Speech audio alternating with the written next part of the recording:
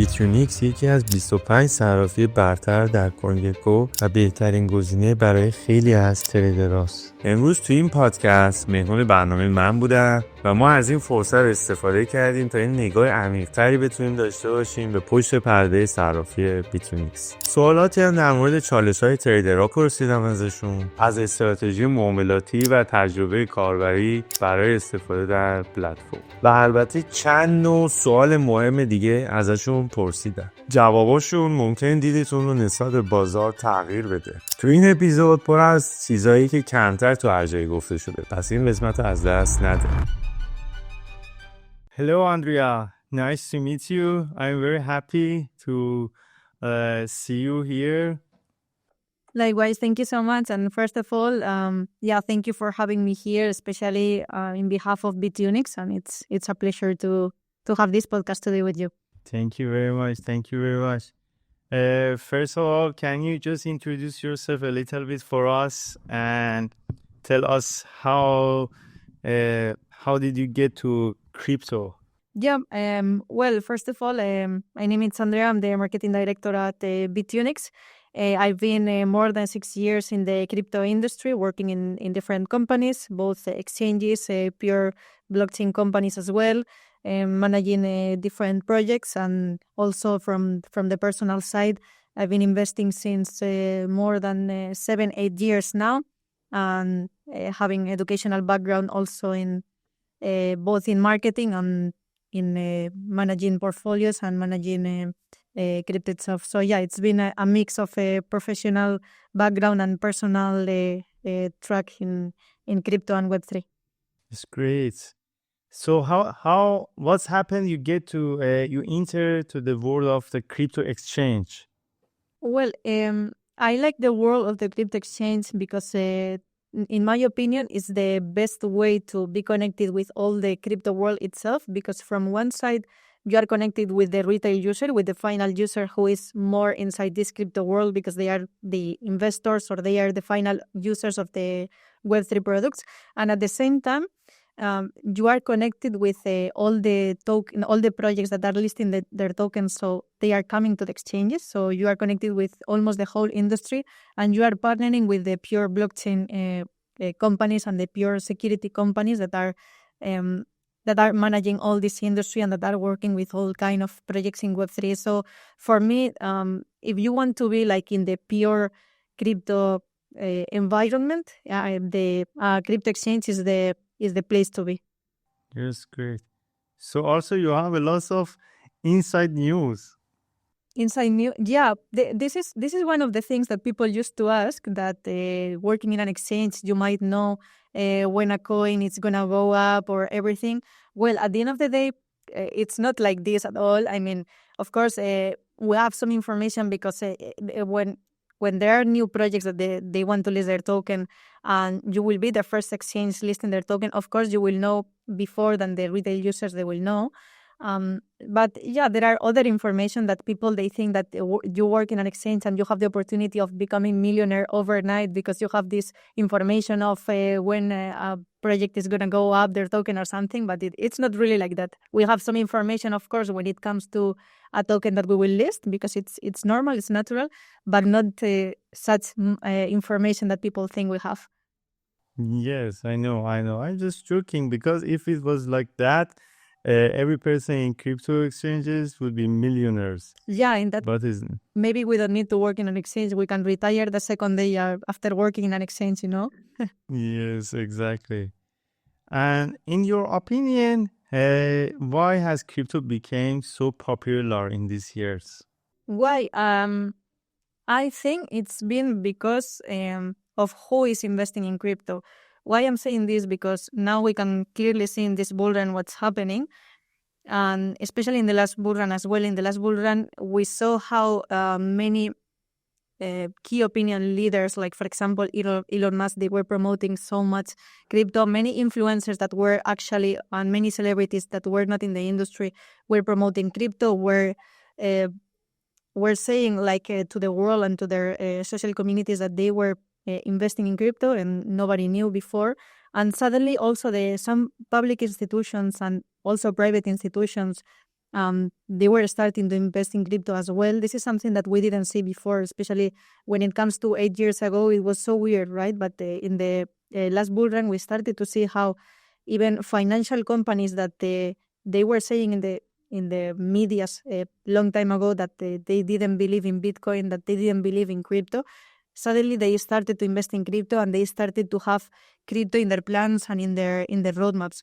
So I think this has been the biggest step in the last years to make this big movement of crypto and to attract many people to the Web3 industry, because actually it's happening the same right now since Donald Trump started to be the president again of the United States, and he started to do all this propaganda for crypto.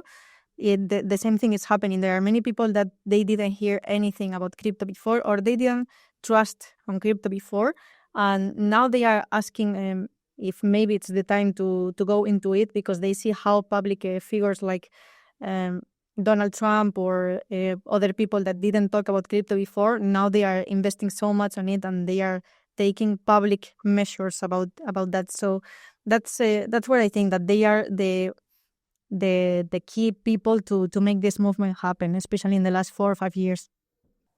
Oh, I see. So what do you think for next years? Do you think they will continue this? Yeah, I guess it's gonna continue like that, because if now we see how what's happening with the United States, you see that many times in the world, what happens is that United States, they take a decision and then the rest of the world, they follow, especially when it comes to Europe, right? So I guess the same is going to happen right now. Sometimes when the United States, usually they decide to cut the interest rates, then after that, Europe follows the same measure. So I guess this is going to be kind of the same, that United States as one of the most powerful countries in the world, it's going to be taking measures regarding crypto, adopting blockchain technologies and blockchain solutions, and many other parts of the world that maybe they were having doubts before about if they should do it or not, they will follow. So that's how I feel it's going to happen in the next years, that in a positive way there's going to be an adoption from other countries, because they see the most powerful countries, they are following this trend. Also, Yes. of course, there are going to be some negative impacts, that maybe there are some regulations happening at the same time, which in many cases can be mistaken, because there is not a lot of knowledge in the public sectors from many countries that they know about the industry. So sometimes they want to enter the industry, but as they don't have the proper knowledge, they start to put like some regulations that many times are barriers for the crypto users and for the crypto companies as well. But yeah, in the next years, I guess that in a natural way, all the countries will follow these trends and they will start adopting crypto. Also, as you know, there are some people are afraid of AI technologies that impact crypto market. So they think if the quantum computers come and the AI technology can solve the problems so easily, solve the Bitcoin mining. What do you think about that? What do you think? Well, to be honest, I'm not sure about how bad it is for the future. People say that it can be definitely like the worst of the things that can happen to crypto, because it can affect directly to the security. But from my point of view, this is something that, especially from the exchange point of view, this is something that we already know. So all the security departments on every crypto exchange or on every crypto company that is directly related with this technology or directly involved on the blockchain side, they have to start taking measures about how to live together with this kind of technologies at the same time. It's something that, of course, we cannot ignore. We just need to adapt our products and our technology to live together with these other technologies. Actually, in the case of the AI, for example, I always said that it's probably the best complement for the blockchain technology. Sometimes we are not aware of this because we think about the blockchain technology and we automatically think about crypto, but crypto, it's only a use case of blockchain technology. When we think about blockchain technology, there are many other worlds and many other industries in which we can apply it, in which we can apply Web3.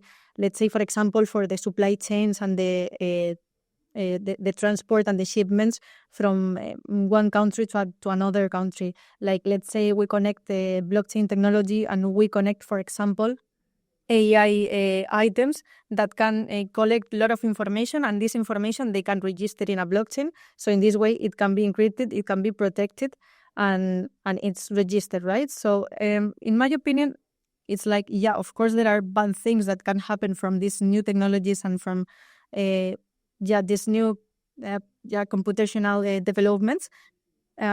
But the solution is like not to be afraid of that. It's to learn how to live together with these technologies and how to use them smartly in order to improve our solutions. Like this example that I mentioned for the supply chains, and it can be applied to any other sector that it's not necessarily related to crypto.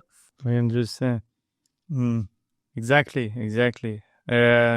You have to get used to it after these technologies comes. Also, I want to ask you, what happens behind the sense of exchanges that the few people know about it? I mean, what really goes on behind the exchanges? Can you explain a little about it? Yeah. First, I will ask you something. What do you think when you see like an exchange, a big exchange, for example, or when you see bitunix? How you imagine the company from the outside? If I want to be honest, I think there are lots of market makers behind the exchanges, and they pump and dump all the coins, they earn the money like this. No, I'm just kidding. But I think, as my own opinion, I think exchanges they don't earn enough money from fees, so they earn money from the coins and the projects at the back. I think about like this. And also they earn money from the people who don't have any money management or risk management. The exchanges doesn't earn money from the good traders. The traders, they know how to trade and they have risk management. This is the thought I have. Okay, yeah, this is some perspective that many people can have about many exchanges. In my experience, what I can say is that every exchange is a different world, especially when it comes to exchanges that are tier 1, tier 2, tier 3, and above, right? So, yeah, we face different kinds of problems, and we have different kinds of managements depending on in which exchange we are. Some of them, as you say, they are full of market makers, and they follow different ways that, in my opinion, is not the way I like, but I know that there are some exchanges that they do it. But usually when it comes to top tier 1 exchanges and tier 2 exchanges, here we can talk about bitunix. Usually many people, sometimes even many people, as you say, they believe that the exchanges are not making money off the fees. And actually, most of the ones that are in tier 1 and tier 2, they actually do it. I mean, the trading volumes are so high. So this is one of the good revenues that we get. But I guess that the part that people don't see about exchanges, and it's actually happening in the exchanges, when it comes to tier 1 and tier 2, like for example, bitunix, many people, they think that, okay, those are big brands, are big companies. So everything is planned from 0 to 10, everything is planned like it happens in a normal corporate. But, in exchanges, it's like a weird mix. It's like having this corporate part, because the revenue and the size of the company in terms of employees can be similar, but at the same time it works like a very early stage startup.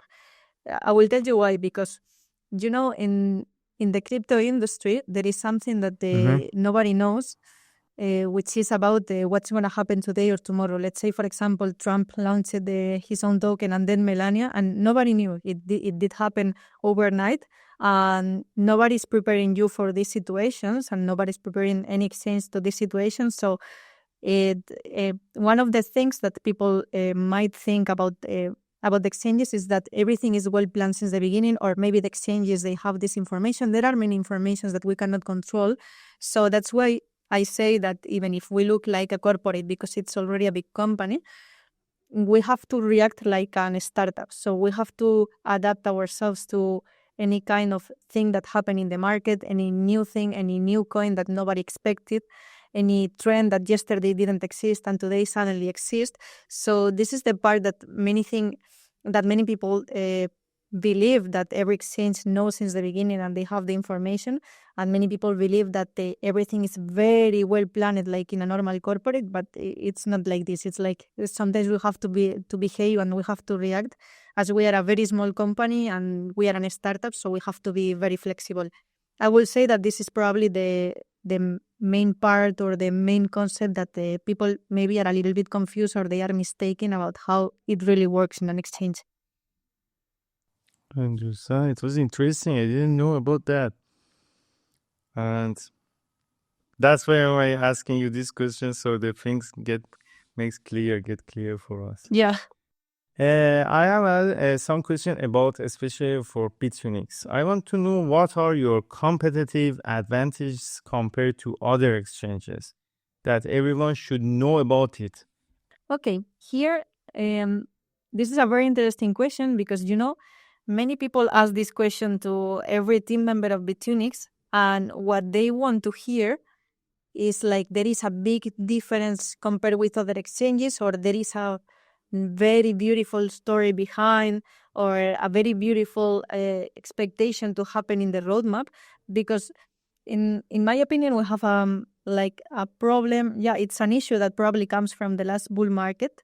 In the last bull market, we got used to see projects that they were having crazy roadmaps that most of them, they are not ready to happen because the market is not ready for that. But suddenly they introduce you that they have a crazy roadmap that in terms of technology, it's going to be like a boom in the next years, whatever. And then suddenly, after some years, nothing it's happening regarding this project. So, but whenever these projects, they are announcing these roadmaps and they are announcing these crazy ideas, and sometimes are very good ideas, people just believe that and invest in their token, and that's how it works in many situations.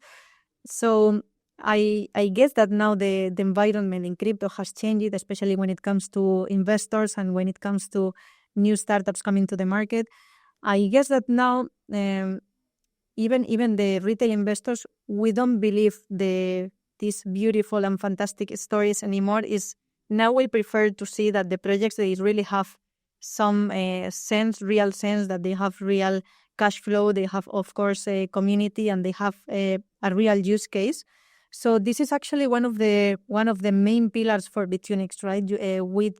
We don't have like a big difference in our platform that I will tell you this is something that we will achieve in some years, and we are going to be the number one in the industry because we will have this and no one else will have it. So we believe more on focusing on the things that are a real use case when it comes to especially the platform and what the traders want, what the users want, and then to make it perfect instead of creating a necessity that maybe it doesn't exist or nobody needs this kind of product, or it's something that technologically we cannot develop. So that's why our main difference is that on everything we decide to work on, we try to do it perfect. Let's say, I will put 2 examples. One of the 2 things that our KOLs, maybe it's your case as well, our users, our communities, they say about bitunix, why they like bitunix more than other exchanges, especially when it comes to futures trading. It's because, first of all, the customer service.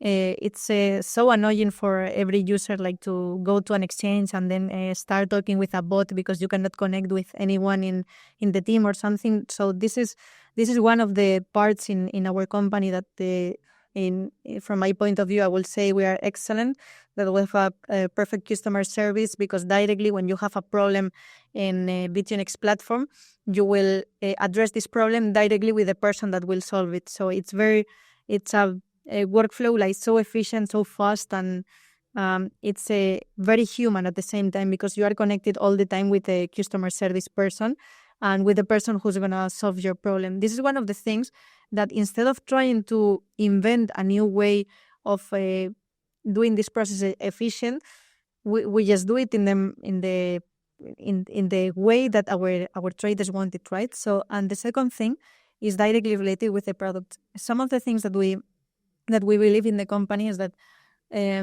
we are actively watching and hearing what the community are communicating to us. If they are saying that they want a screen in this color, whatever, we will hear everything that they say, and we will adapt the product to what they say. Actually, I believe that in terms of product for trading, bitunix is now one of the most advanced platforms, and it's actually because of that, because everything that our community are saying, we do it in the perfect way. There are other things that we cannot address, or that we cannot be the perfect ones. For example, if we cannot now develop a perfect wallet, we will not develop a wallet. If we cannot develop now the perfect earn products or staking products, whatever, we will not develop it. It's as simple as that. So it's just we take the basic products that our users, our traders, they want, and we try to make it perfect instead of investing like our time and our resources in telling you a very beautiful futuristic story that maybe doesn't happen never. It's great. Also, I have a question. How many regions bitunix is giving them services? I mean, in Middle East, Asia, how many countries? How can I ask? I don't know. The biggest part of the world, I will say, we are in the whole America. We are in Europe. We are in all South Asia. In most of the part of the world, we are actually. So for all of the, I'm sorry. Yeah, more than 100 countries. So, yeah. So for all of the regions, you have a customer service by their own language, because we have it in Persian language, and you cover all the languages? Yeah, in all the users in which we are having users, because there are some countries or some regions in which we are available. We can operate there, but we still don't have users enough like to cover our customer service. But in most of the countries and in most of the regions in which we have proper number of users and proper trading volume, we are having our multilingual service, and we are actually adapting more and more our product to the language, not only our customer service, also all our materials, even the marketing campaigns. We're adapting more and more now to the different regions, so we can make the users from the different parts of the world more comfortable, because they can see that everything is adapted to their place. بچه من با صرافی بیتونیکس صحبت کردم، گفتم که این ویدیو رو که ما داریم رکورد میکنیم یه آپشنی، یه شرایطی هم برای ما بذاریم. حالا شرایطی گذاشتن، این لینک که همون لینک زیر مجموع کل ترید سیتی پروه، فقط نشون دهنده اینه که از این لینک بیاین من متوجه میشم که تی سی پی شو از اینجا اومدین، یعنی وی آی پی لول 3 تون رو میگیرین. یه دونه گیو اوی هم من ازشون خواهش کردم برای ما بذارن، 5 تا سولانا با 10 نفر $100. برای رسیدن به این گیو اوی یه سری تسکه باید انجامش بدین. بیتونیکس رو تو اینستاگرام فالو کنین، اینستاگرام مجموعه ما رو فالو کنین، پیج یوتیوب منو سابسکرایب کنین و توی اکانت بیتونیکس با رفرالی که من گذاشتم اکانت بسازین و یه دونه ترید بزنین، بعد تو گیو اوی شرکت داده میشین. مرسی. And also I have another question. This is the big problem that everyone think about it. While many exchanges faces legal and regulatory challenges, what is your strategy for me, for my country, for the addressing faces issues, for the countries has sanctions? Yeah, for compliance, right? For regulatory. Well, as I said before, I don't think it's an issue. In the short term, in some countries, it can be an issue because, as I mentioned, there are still many regions and many countries, many governments, that they want to participate in the crypto industry, in Web3, but they don't know how. So some of them, they decide to ban the technologies. Some of them, they decide to put some barriers. Some of them, they decide to be participating in a more... in a way which provides more freedom to the user. So there are many ways to participate in this compliance part from the government. in the short term, it can be a barrier, especially for the companies, because we have to adapt ourselves in order to go to certain regions. But in my opinion, it's not an issue. It's not a problem. Why? Because it's the only way to achieve the mass adoption.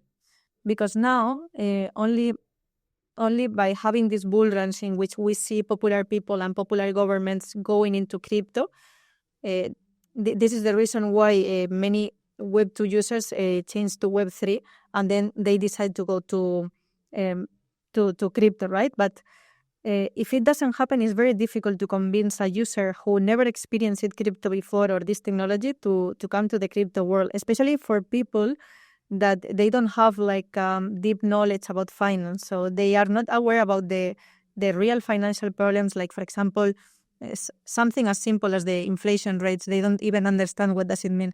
So in my opinion, the regulating crypto in different countries is going to be the only way of getting mass adoption. Let's say, for example, El Salvador, probably now you ask randomly in the streets in El Salvador if they believe in Bitcoin or if they believe in crypto. Probably most of them or all of them, they will tell you that of course they believe on that because it's their local currency, right? But maybe 10 years ago, you ask the same question in El Salvador and everybody will tell you that they don't believe in crypto, that Bitcoin is a scam, whatever. But suddenly their own government is telling them that this is a coin to trust and this is a technology to trust, and then their population will trust. The same thing is going to happen here, that, they will probably make many mistakes in the short term trying to regulate something that they still don't know. But in the long term, people will trust. Why? Because they will say, okay, this is a market which is regulated by my government, and my government is the entity that is taking care of me. And I don't know anything about crypto, but my country and my government believe on crypto, so I will believe in crypto as well. That's why I don't think it's an issue. It can be an issue in the short term because we have to adapt quickly, but not in the long term. I think I couldn't ask the question correctly.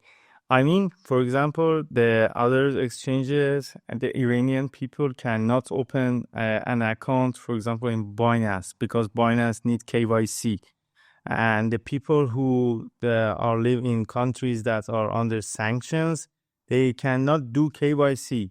I mean, if your exchange becoming bigger and bigger and you want to work with American countries, so you have to obey their rules and you have to obey their sanctions that they put in other countries. So what will happen to the users that's using bitunix? After a while, you will tell them you have to do KYC. So if you cannot do it, you have to leave it. What will you do for them? I mean, like this. Yeah, there are some countries in which we will have to decide if it's interesting enough to go or not. Maybe there are some countries in which if we need to protect our users by deciding not to go to this country because we have to adapt our whole product, maybe it's better not to go. Or maybe it is. Maybe that's why I'm saying that here one of the keys from the exchange's point of view is that we have to adapt our product, and we have also to adapt our business in a way that if we decide to go to certain regions, we have to be flexible to adapt our product to that region and to those users. Also to decide if we go or not go, because there are many countries in which the restrictions for crypto and so on are so hard. So we decide to not go to those regions. So this is one of the things. And the second thing, it's there are other ways like partnerships, for example. Sometimes the easiest way to enter a region in which it's difficult for the exchange or it's difficult for the users, it's better to get a local partner in the region, so to make it smoother and to make it easier also for the users. But yeah, it depends on the case, it depends on the kind of regulations, it depends on the users, and it depends on how flexible is the exchange to adapt the product to that region. I understand. So also, what do you think about the next bull run? It will occur or no? When is it? What do you think? Do you think that the next bull run is already happening? I think it's already happening. Yes, we are in it. Yeah, I believe the same. I guess the next bull run is already happening. So if you go. Yeah, no, I mean, because we had the halving of Bitcoin last year. We have now all the propaganda from the United States, from the government inside the market. We have a Bitcoin at 100K. We have all the crypto market launching new tokens, especially meme coins and new trending topics, coins coming to the market. So I will definitely say that we are in a bull market. I don't know how much time it will last. I don't know when it's going to finish, probably in 1 year, 1 year and a half, who knows. But I will say that, yeah, definitely we are in a bull market already. So if you could only invest in one coin during the bull run, which coin do you hold?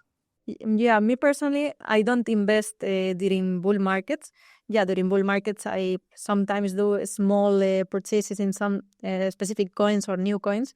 But all my investments, I used to do it in bear markets because it's when it's cheaper, when no one wants to take it. So if I have to stick to one coin, considering that I'm only investing in the bear markets, I don't invest in the bull markets, I always will say Bitcoin. Why? Because in the bear markets, 90% of the coins are dying because they don't have funds enough to keep the project alive during the 3-4 years that the bear market lasts. So I will never invest in a small coin or in a coin with low market cap during the bear market. So if I have to stick to one of them, of course it's gonna be Bitcoin always. You're rich, you can stick to Bitcoin because Bitcoin is a little bit so expensive these days. Well, expensive. It depends compared to how much it can reach. I believe it can reach much more. So yeah. I understand, and you are totally correct. And this is the best way to invest in bear markets. Also, I have another question. Is there your company bitunix any plan to launch their own token? Yes. Great. So the problem is that because there are lots of people, they do spot trading, there will be a little amount of everything in the back of their wallet, and all the time they're asking us, what should we do with these little amounts? So whenever the tokens launch up, they can convert it to that. Or do you have any plan for this? If they can convert, I mean, I didn't get the question. But for example, when I do spot trading in Binance, I sell a lots of coin. For example, I sell Ethereum, BNB. Always there would be a little small, too small amount say in my wallet. There is an option I can put convert all of the small amounts to BNB. But nowadays we are working with bitunix and we don't have that option. So we are waiting for your tokens so we can do that. I mean, Yeah, exactly. Yeah, whenever the token comes, we will be able to see all the functions that we have. Now it's not an urgent matter for us because we understand that many times what happens in the industry is that there are projects or there are exchanges that they are in a rush in order to get money. So that's why sometimes many of them they launch their token in bull markets or sometimes in very early stage.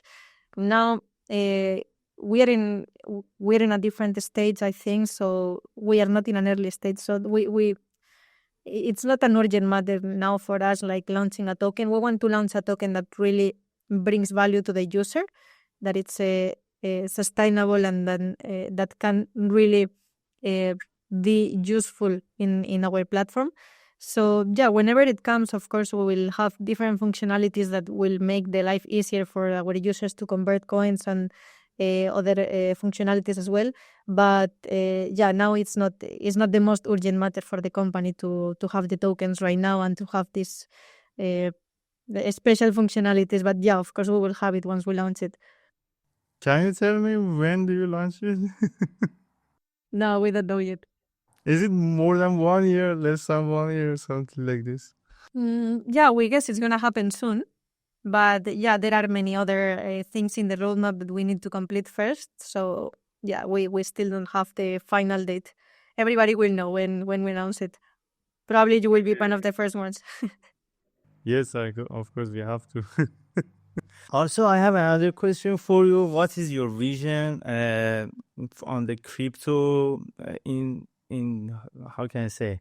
What is your vision on crypto in 5 years, in 10 years from now?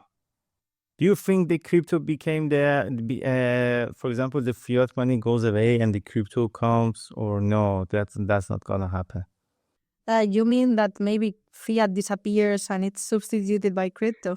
Not that way, but yes. For example, I go to the supermarket, I buy Coca-Cola with Ethereum, for example. Yeah, I mean, after 4 or 5 years from now, to be honest, I don't know if it's good or bad, but what I see is fully regulation.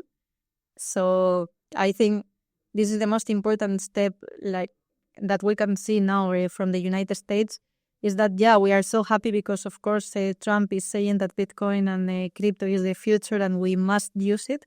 But, yeah, what I guess it will come later, it's all the countries following this trend and trying to regulate it as soon as possible. It might bring a mass adoption, like many new users coming to use crypto. So what I see is that, yeah, the market is going to be so regulated in the following few years in a good way and also in a bad way for companies and users, because it's the first time that many countries are regulating this industry. So we need to have this path in the short term. It's something normal and something natural, in my opinion. But I'm not sure if we will be able to use it, not as a currency, definitely. Maybe in any countries that can be the exception, as it's happening in El Salvador. Yeah, it might happen, especially in countries that it might happen also in any country, especially small countries in Latin America, that they are having inflation issues with their own currency, so it's easier for them to switch and to adopt the cryptocurrency. It will be a good use case. It's possible. I think it's possible to happen in the next 5 years.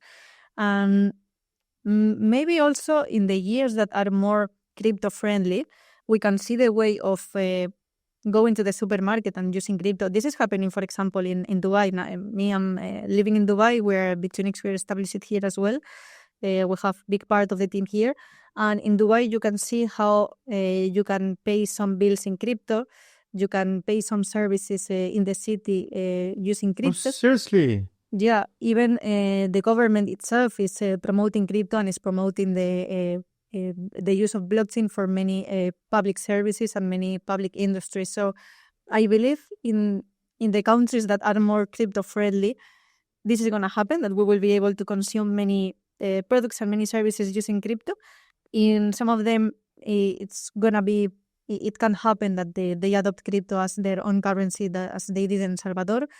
And of course, I guess most of the world is going to be regulating crypto in a crazy way, either bad or good, but most probably they will do it. How do you see it from your side?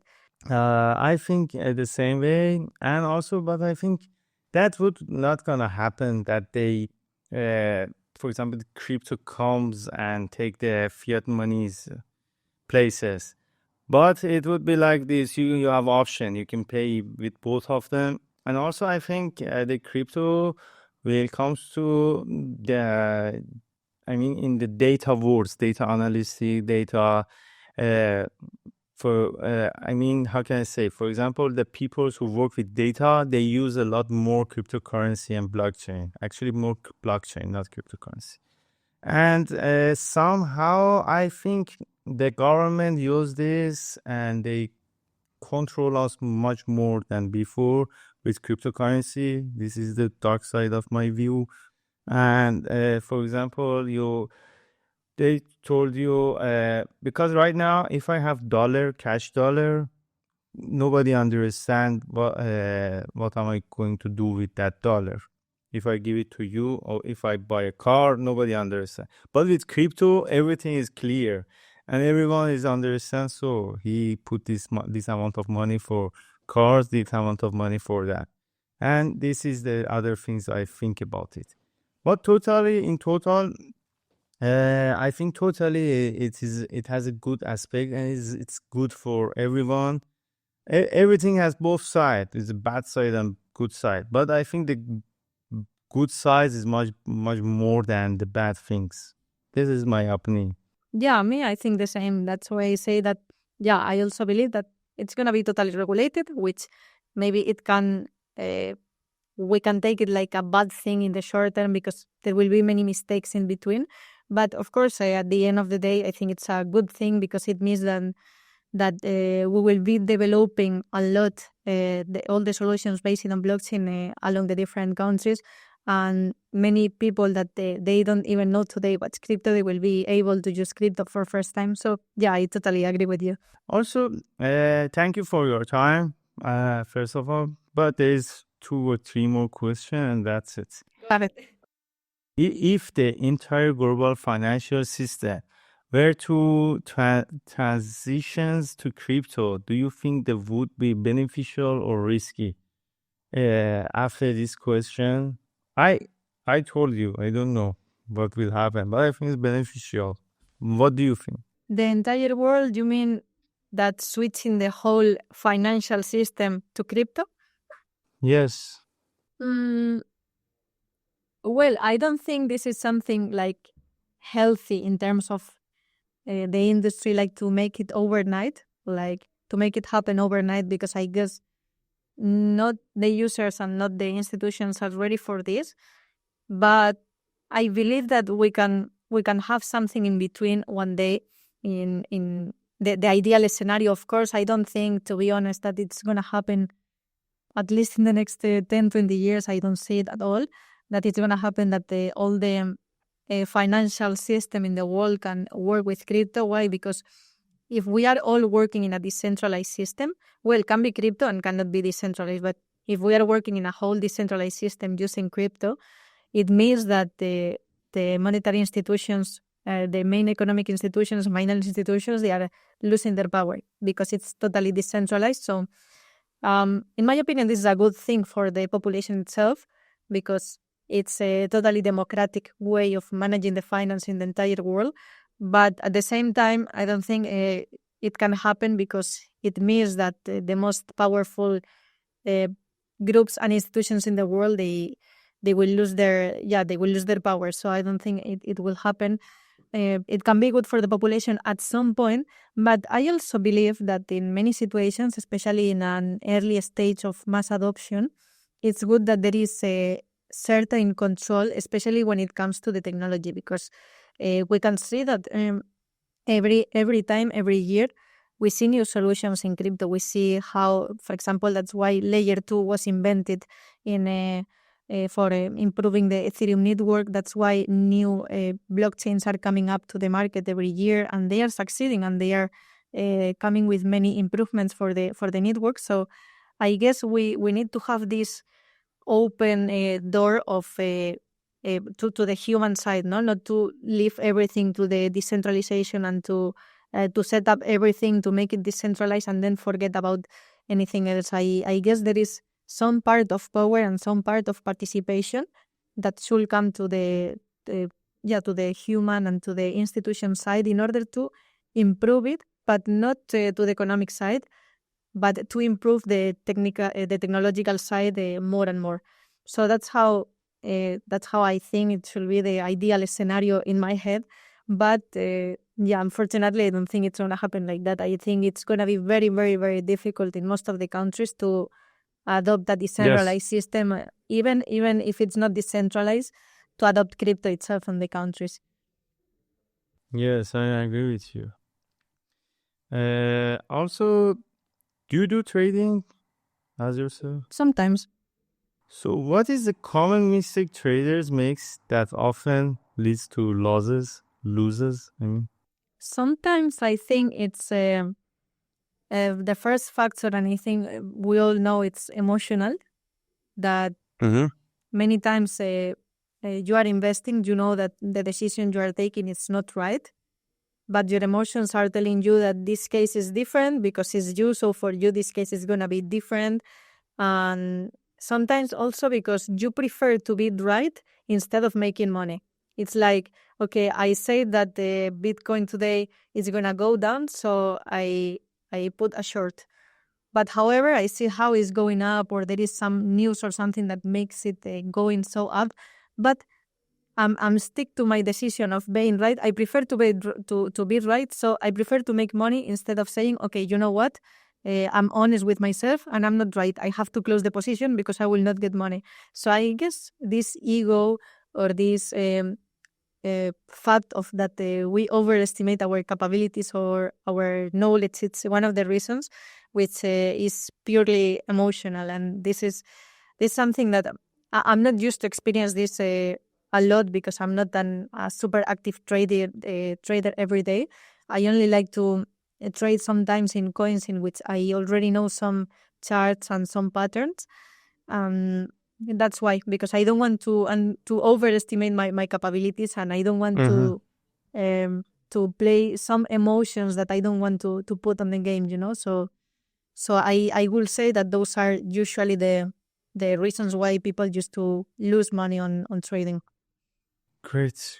Thank you for your time. It was a pleasure to chat with you, and it was good. Thank you very much. Thank you so much. And at the end, whatever you want to say to the users, followers. Well, the only thing that I can say now to the users and the followers that are watching us, if they still didn't try bitunix or they still don't know so much about bitunix, the message that I want to send right now is that we are the fastest growing crypto exchange in this last year. We will continue this path, and probably this is the best chance and the best moment to start in this wonderful world, which is crypto, and the best partner for it is bitunix. And if you still didn't see it, you will see it in the following months, and I will not have to tell you and to convince you about this. So that's it, and thank you so much for having me today and for inviting me to discuss about all these topics about crypto. You're welcome.